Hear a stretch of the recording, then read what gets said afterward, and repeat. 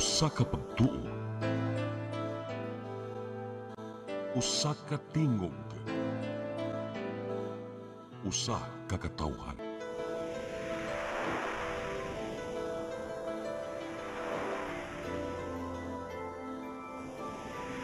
Cebu Catholic Television Network.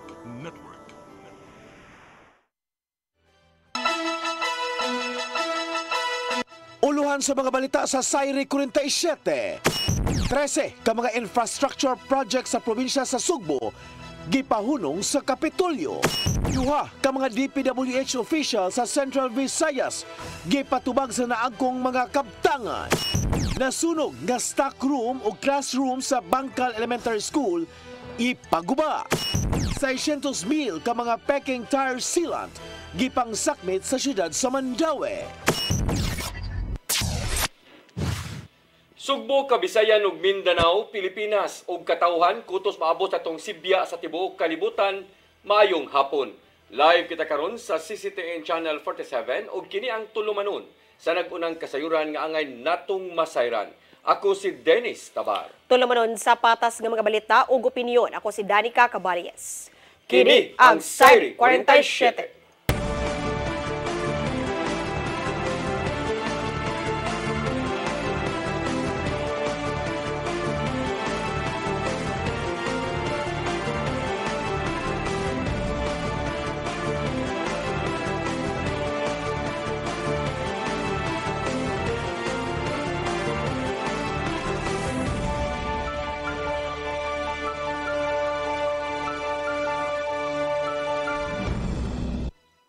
O karon sa detalye sa atong mga balita, 13 ka mga infrastructure projects sa probinsya sa Sugbo gipang terminate sa Kapitolyo.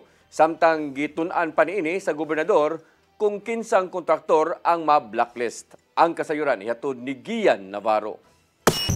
Gitahon ni Gobernador Pamela Barricuatro nga moabot sa 13 gikan sa gatusan ka mga infrastructure sa probinsya sa Sugbo ang gi-terminate na nila human sa makutim pagsusi. Hilangkuban kini sa mga multipurpose buildings, road widening projects, street lighting ug uban pa. Moabot sa negative 15% ang slippage sa mga proyekto diin gawas nga wala nituman sa timeline, pare-pareho raw sab ang gikuang contractor ug halos wala na hisubay sa gitaga ng standards. Gibanaba na moabot og hangtod 2 milyones pesos ang kantidad sa naisgutang mga proyekto. Kini mo'y usa sa mga sumbanan kung ipam-blacklist ba nila ang mga contractor alang sa sunod nga infrastructure projects sa probinsya. Sa blacklisting is ang kaning ko ni-incur sila og negative 15% slippage. So mo gini reason nga nung ma-blacklist sila. So if mo ni ang reason na terminate ang project, so most definitely ma-blacklist gini. Apil sa mga gikahibulungan nilang Barricuatro ang mga infrastructure projects sa Department of Public Works and Highways nga walay klarong signage. Bahin sa detalye siyang katukuran, apil na kung pila man ang gigahing pundo. Sama na lang sa nahulpang riprap sa Barangay Kabadyangan, lungsod sa Compostela diin walay gibutang nga petsa kung kanus aman masugdan og kanus apa kini mahuman. Ngano nga wala sad siya kuan bitaw kanang cost of project. Di ba normally na amang gyud na siya cost of project, so wala butang. So ang dagway ras mga politisyan ang naalito.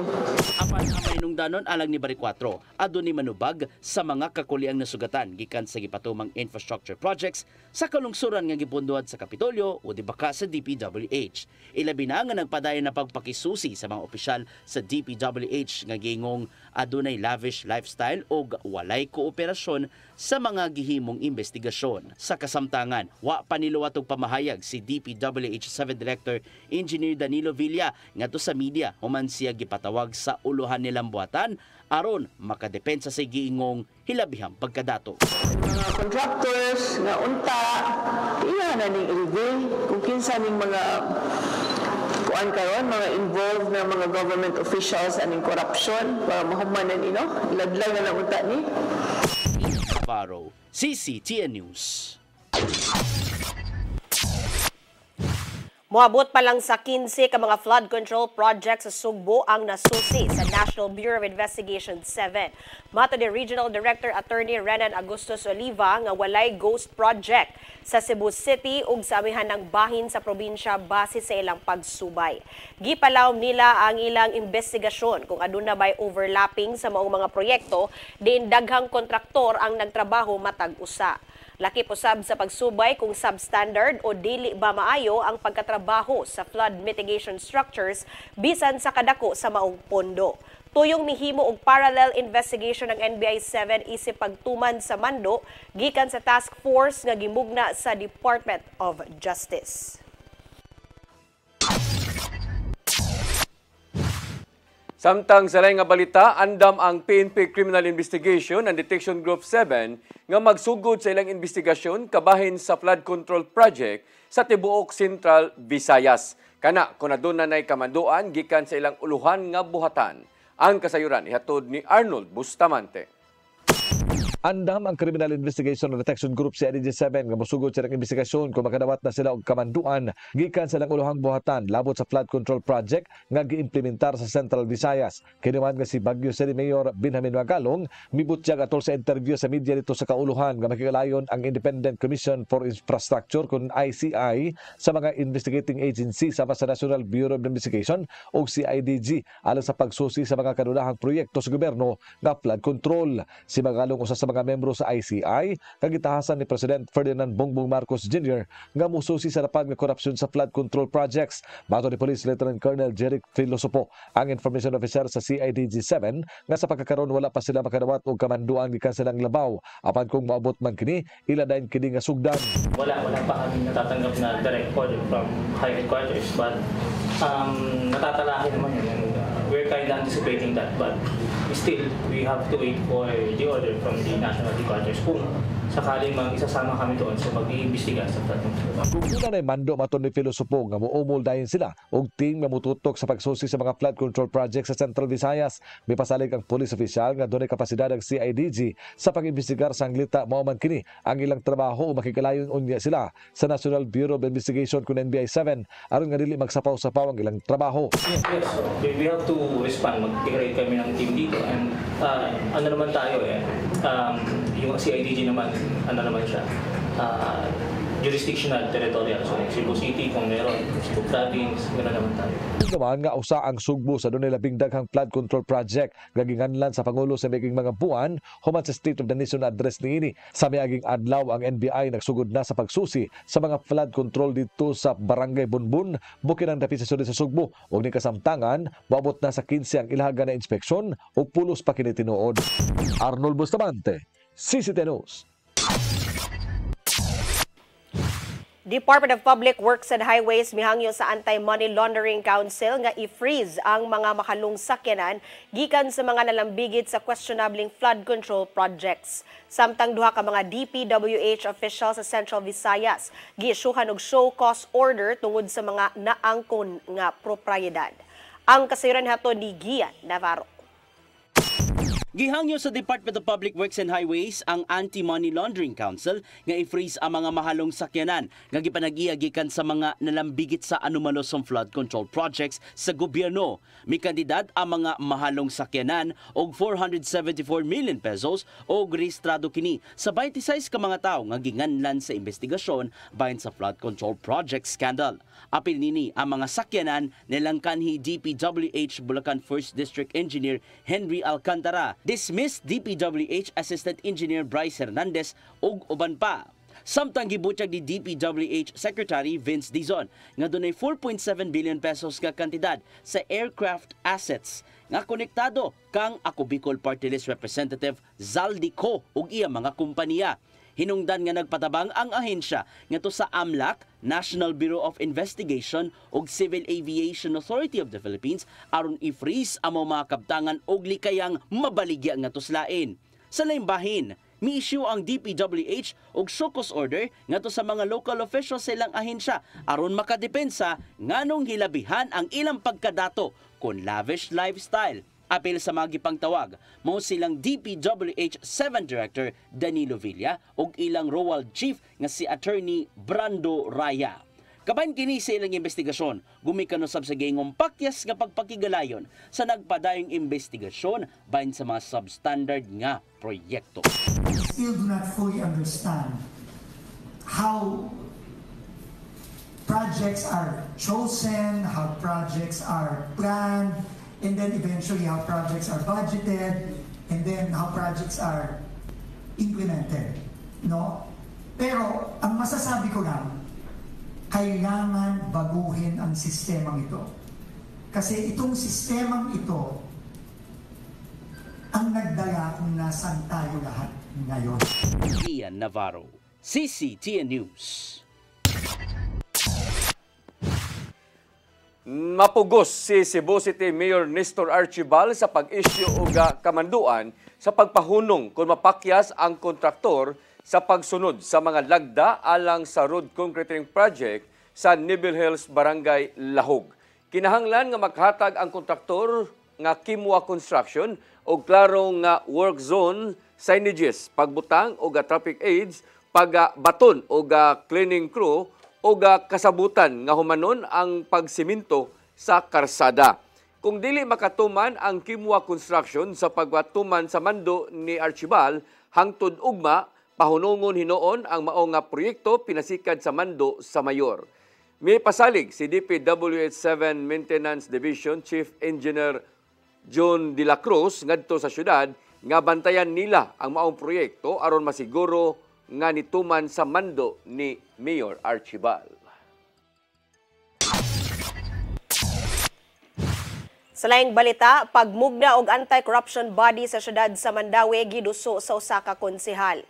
Tinguha nga masigurong walay korupsyon sa mga proyekto sa syudad.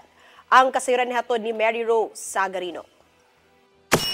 Gisugyot ni Konsehal Carlo Fortuna ang pagmugna og usa ka independent anti-corruption body sa lokal nga kagamhanan aron masiguro nga limpyo sa korupsyon ang mga proyekto ug proseso sa mga LGU. President Marcos already created an independent commission to find out the graft or corruption in the flood control projects. But it's not just flood control projects. I'm sure there are other government projects that are also tainted with corruption or even graft. Tungod ni ini, matud ni Fortuna nga gikinahanglan nga ang lokal nga kagamhanan mismo ang maghimo og lakang aron masiguro nga walay bahid sa korupsyon ang mga proyekto. Gipasabot ni Fortuna nga ang komitiba nga planong umulon susama sa Office of the Ombudsman nga motutok sa pagbantay sa gipangpalit proyektong patuman o guban pang transaksyon sa lokal nga gobyerno. Ultimately, ang atong objective na is that dili mo usik ang kwarta and then maprotektahan jud ang interes sa publiko. So, although we have the Commission on Audit, we have also our internal auditor, but given that there are still situations na nakita nato nga na-issue gyud nga korupsyon, no? Ikatakdang moduso og ordinansahon si Fortuna aron formal nga pagsugyot sa pagmugna sa anti-corruption body sa syudad. Kung epektibo, matud niya nga mahimo kining modelo alang sa ubang LGU. Matud sa konsehal nga ang anti-corruption body maglangkob sa mga individual nga kasaligan, walay pabor-pabor ug adunay integridad. Gawa sa mga proyekto sa syudad, lakip nga ipamonitor ang proyekto nga gipatuman sa ahensya sa gobyerno nga anaa sa Mandaue. Matud niya nga kiniaron mabalik ang pagsalig sa katawhan sa gobyerno. Mary Rose Sagarino, CCTN News.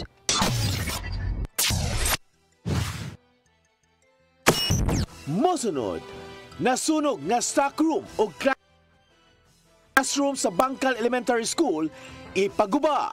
Kana og daghan pa mga balita sa pagbalik sa Sayre 47.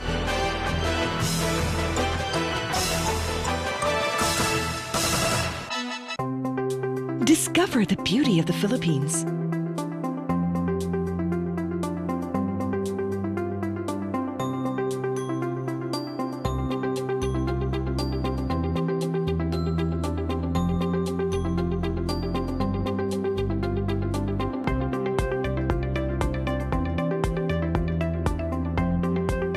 With Philippine Airlines, the country's flag carrier.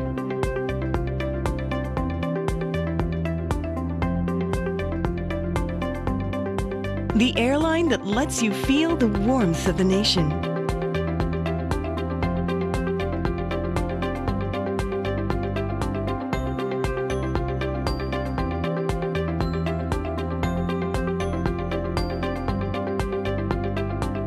mabuhay.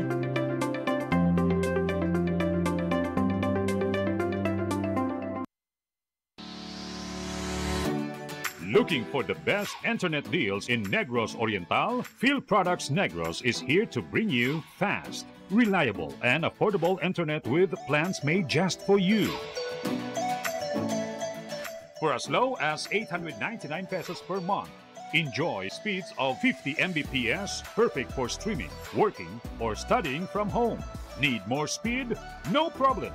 Get 100 Mbps for just 1,199 pesos.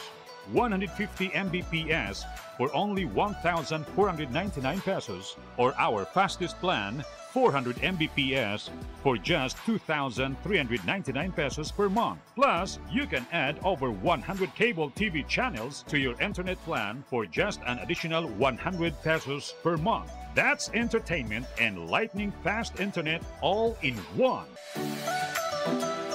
Enjoy no installation fees and start today with a 1,000 peso customer deposit. Call us now or visit our website to sign up with the Phil Products Negros. You get internet that's affordable, reliable, and local. Phil Products Negros, bringing you closer, faster.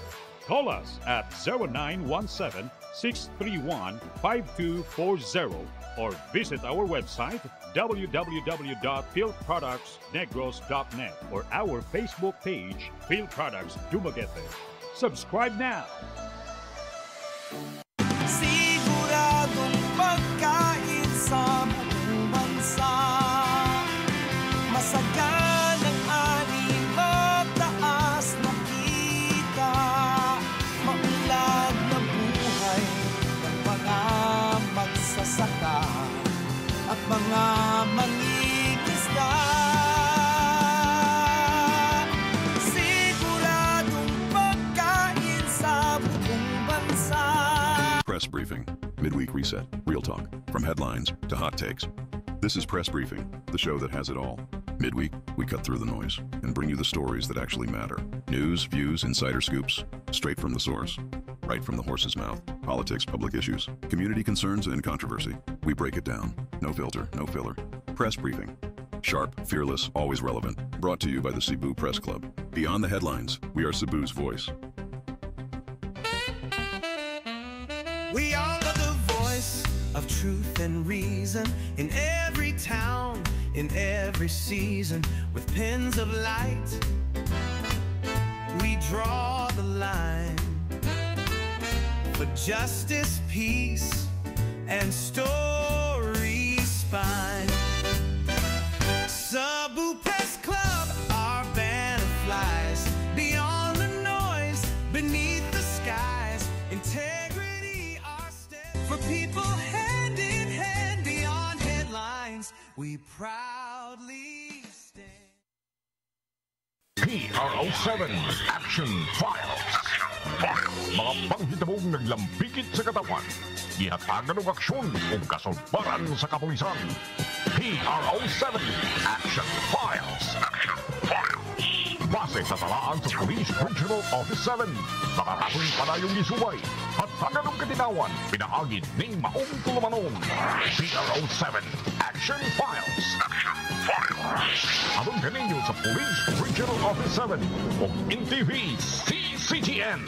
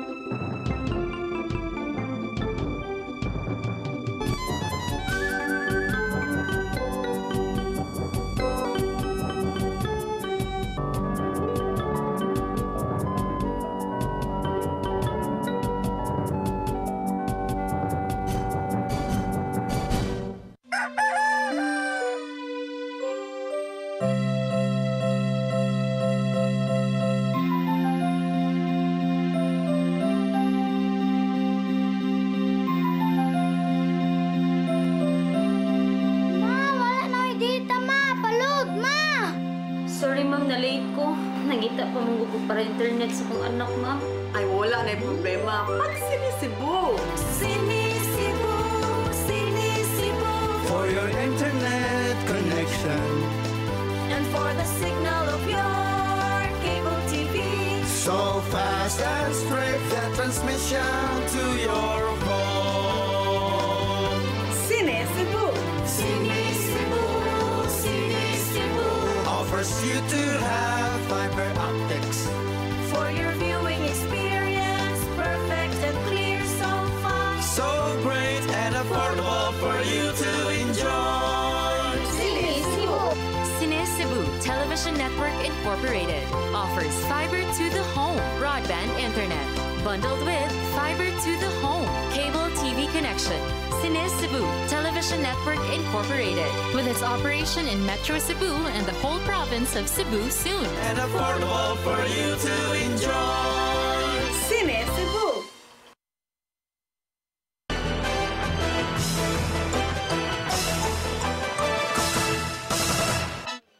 Balik sa ato mga balita, Department of Education, Lapu-Lapu City Division ni sugyot nga gikinahanglang gub-on ang nasunog nga stock room ug duha ka classroom sa Bangkal Elementary School. Base usab sa Evaluation Division sa engineer nga dili na kini luwas panggamiton. Ang kasayuran ihatod ni Crystal Joy Filerca. Nirekomendar ang Department of Education Lapu-Lapu City Division nga kinahanglan ng i-demolish ang mga nasunog nga classroom sa Bangkal Elementary School ni adtong Setyembre 5.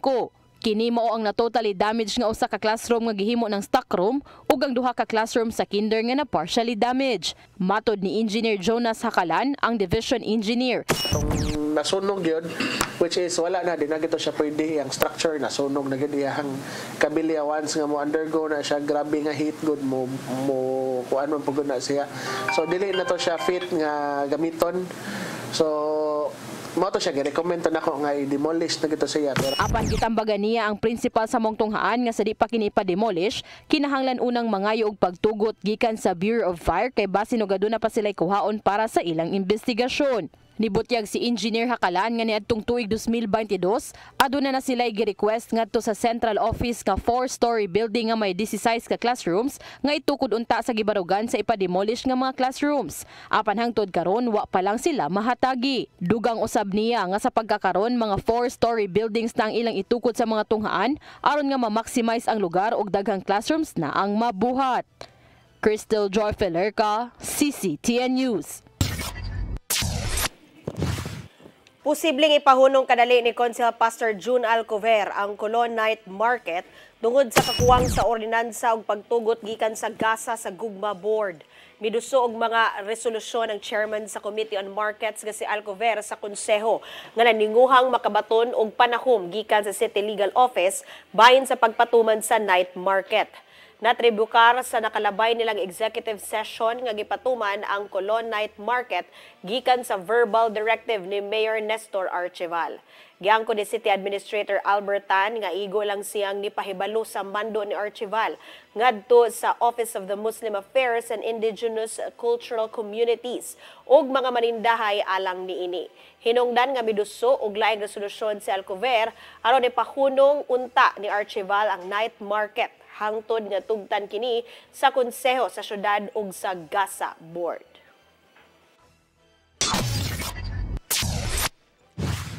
Traffic Enforcement Agency Bandawi kuntim istrikto nga mopatuman sa anti-illegal parking sa Edel Rosario Street sa Barangay Tipulo. Sugod karong Lunes ipatuman ang operasyon o pagpahamtang sa mao nga multa. Ang kasayuran ihatod ni Mary Rose Sagarino. Dugang mga signages nga no parking ang makita bahin sa Edel Rosario Street sa Sitio Santa Cruz, Barangay Tipulo sa Mandawi. Kinitungod sugod karong Lunes, hugot ng ipatuman sa Traffic Enforcement Agency of Mandawi kuntim ang no parking zone sa maong lugar. Matod ni Hilary Tuya ang pangusabuhatan nga pipila na ka mga reklamo ang ilang nadawat bahin sa mga sakyanan nga nagparking sa duha ka kilid sa maong karsada. Wala gyud ko kakita nga nawagtang na diha kay ang kana diha akong nahibaw-an ang kanang mga residente diha gihimo na lang na nilag parkingan, gihimo na lang into private ends ba ang dalan gani nga supposedly para sa gobyerno unya doon na butay nahibaw nga doon na po'y uban nga nagparking nga dili gani even taga diha mga residente diha. Kagahapon gisugdan na sa team ang pagpahibaw sa mga residente sa lugar sa ipatuman nga mga operasyon. Ang dana sagad gamiton sa mga pribadong sakyanan, mauusab kini ang agian kung huot ang trapiko sa Highway Tipolo. Since the other day, nagpasugod na ta og pahibaw diha sa mga mga na-marking diha nga bawal na gyud ang parking unya sugod karong Monday, September 29. Kinsa to ako ang kinsa tong mahabilin diha atoan ang ipabira na diri. Pahinumdom usab ni Rituya nga kung mopalit og sakyanan, kinahanglan nga siguradoon nga adunay mga garahe. Usa ka libo ka pesos ang penalty sa illegal parking, ang clamping fee 1,500 pesos ug ang unattended vehicle usa ka libo ka pesos. Gipadayag sa pipila ka mga residente sa lugar ang ilang pag-uyon sa paghawan sa dan. Mary Rose Sagarino, CCTN News. Nag-apod-apod og fuel assistance card ang Bureau of Fisheries and Aquatic Resources kon BFAR 7 og Department of Agriculture 7 sa mga mananagat sa lungsod sa Cordova, Lapu-Lapu City ug Mandaue City kaganihang buntag sa Cordova Gymnasium. 274 ka mga mananagat gikan sa dakbayan sa Lapu-Lapu ang nakadawat niini. Ang fuel assistance card nga ilang nadawat adunay sulod nga tag 3,000 pesos. Magtinguha kini nga maabagan ng mga mananagat sa ilang panginabuhi, ilabi na nga apektado sila sa pagsaka sa presyo sa gasolina.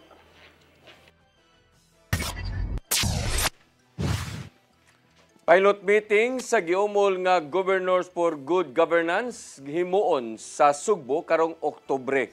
Subay kini sa ilang baruganan batok sa halapad nga korupsyon ngadto sa gobyerno. Ang kasayuran ihatod ni Gian Navarro. Gibutyag ni Gobernador Pamela Baricuatro nga himuon sa Sugbo ang unang meeting sa Governors for Good Governance kun G4GG karong Oktubre. Padayon ang ilang paghatag og imbitasyon sa mga gobernador gikan sa managlahing bahin sa Pilipinas aron pagsalmot sa maong kalihukan og sa maong kausa. Ang Governors for Good Governance susama usab sa grupo sa mga mayor ubos sa Mayors for Good Governance diin usa lang ang nahimong kampanya kini mao ang pagpatigbabaw sa maayong panggobyerno pinagi sa transparency ug accountability nilang mga opisyal taliwasan nagkainit nga issue sa korupsyon nga dala sa flood control scandal. So everyone will join, but the problem is really the schedule. So we're considering, reviewing pa ang consider kung asking sa pwede mo join on this date. I-finalize usab nila ang listahan sa mga guests nga mosalmot og dapiton alang sa mong kalihukan aron usahon ang panawagan. Nagsugod ang pagbaton sa konsepto sa Governors for Good Governance sa dihang gipatapok ang mga gobernador sa kauluhan natong unang semana sa Septembre. Gipatawag sila ni Presidente Ferdinand Bongbong Marcos Jr. nila ng panahona aron nauhagon ang mga local officials nga mopailawom sa lifestyle check. Kay pinagi nini, masiguro usab sa mga lider nga mapatunhay kadugayan ang saktong panggobyerno ingon man dili pagdawat og bisan unsang suborno. Because I think they will be directing most of the projects now to us instead sa legislative. I think that's the direction that the President would want to take. Navarro, CCTN News. Mosunod, 600,000 ka mga peking tire sealant gipangsakmit sa syudad sa Mandaue. Kana og daghan pa mga balita sa pagbalik sa Sayre 47.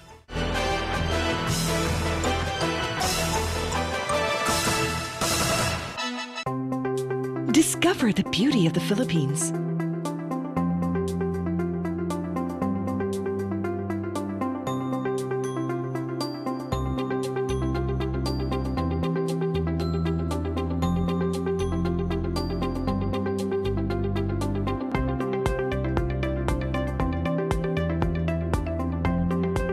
With Philippine Airlines, the country's flag carrier.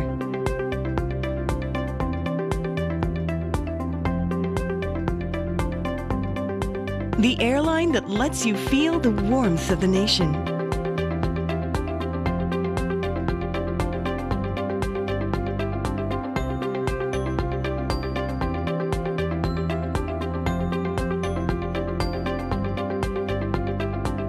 mabuhay.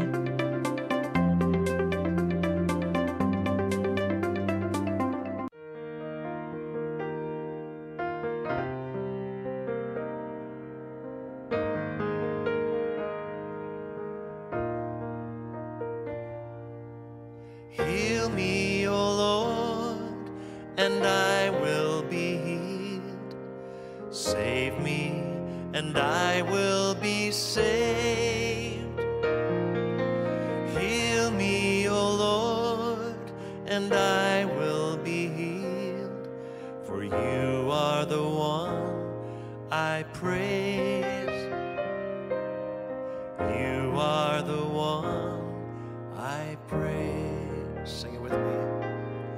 Heal me, O Lord, and I will be healed. Save me, and I will be saved.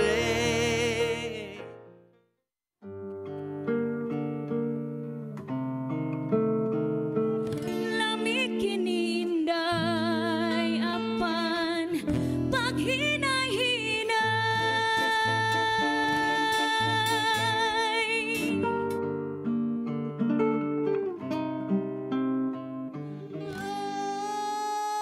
Asa ko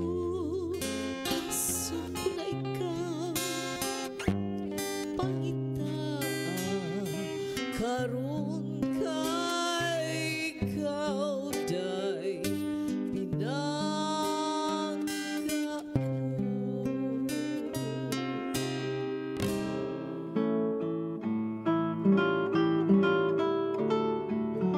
Hain ka na, pinangga ko, uhain ka. Awiton ko, patiun ko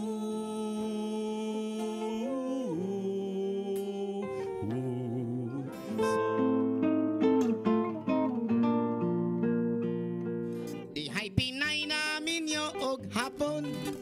Hapon nga tigulang og hubakon. Sugod siya kay iya lang hokhokon. Og iya lang oto-otoon. Ay pas sayawin day surain day surain day surain day.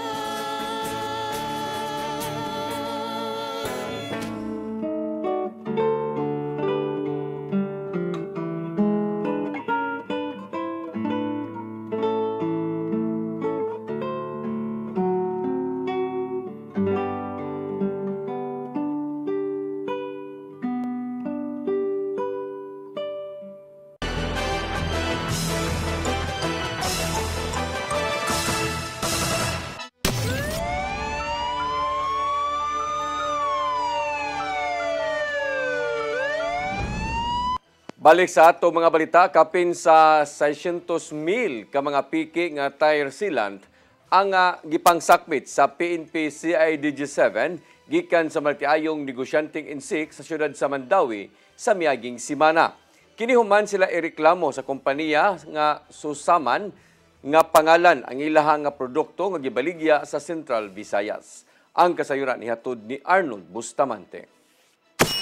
Kapin sa 600,000 ka pesos nga balor sa fake nga tire sealant ang agapangsakmit sa Criminal Investigation and Detection Group Cebu City Field Unit ato sa gimong entrapment operation sa magtiayon nga negosyanteng insik.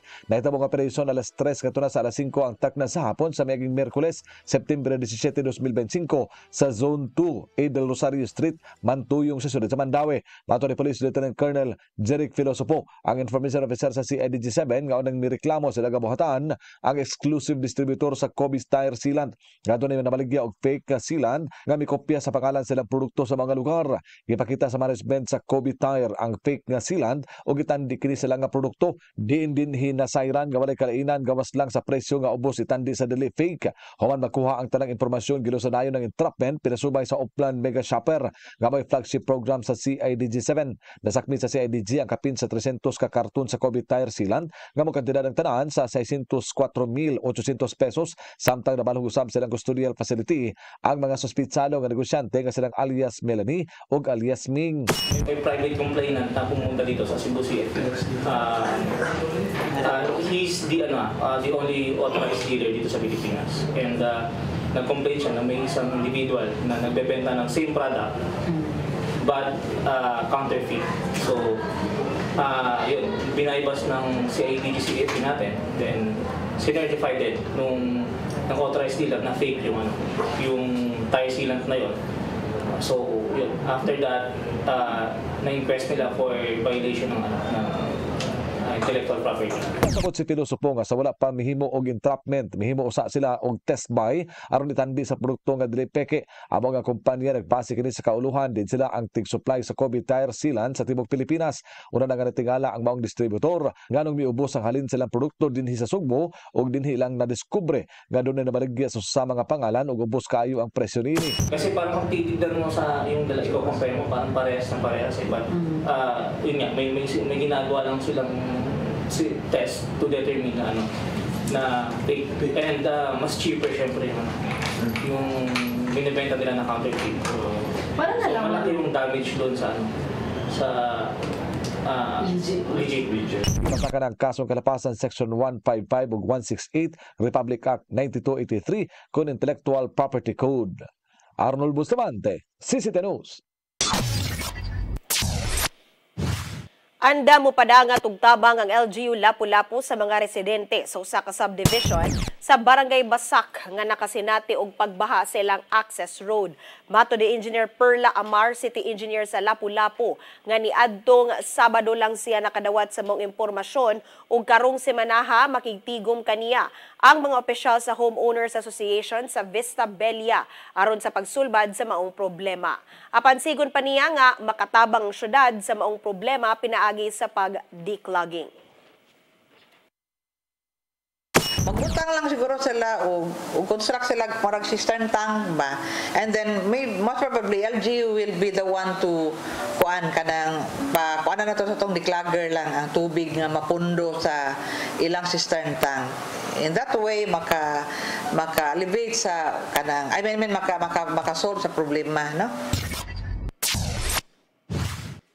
Mao kadto naglangkob sa atong mga balita sa Sayre 47. Ako si Dennis Tabar. Ako si Danica Caballes, sangtod ugma sa inyong paboritong tulumanon.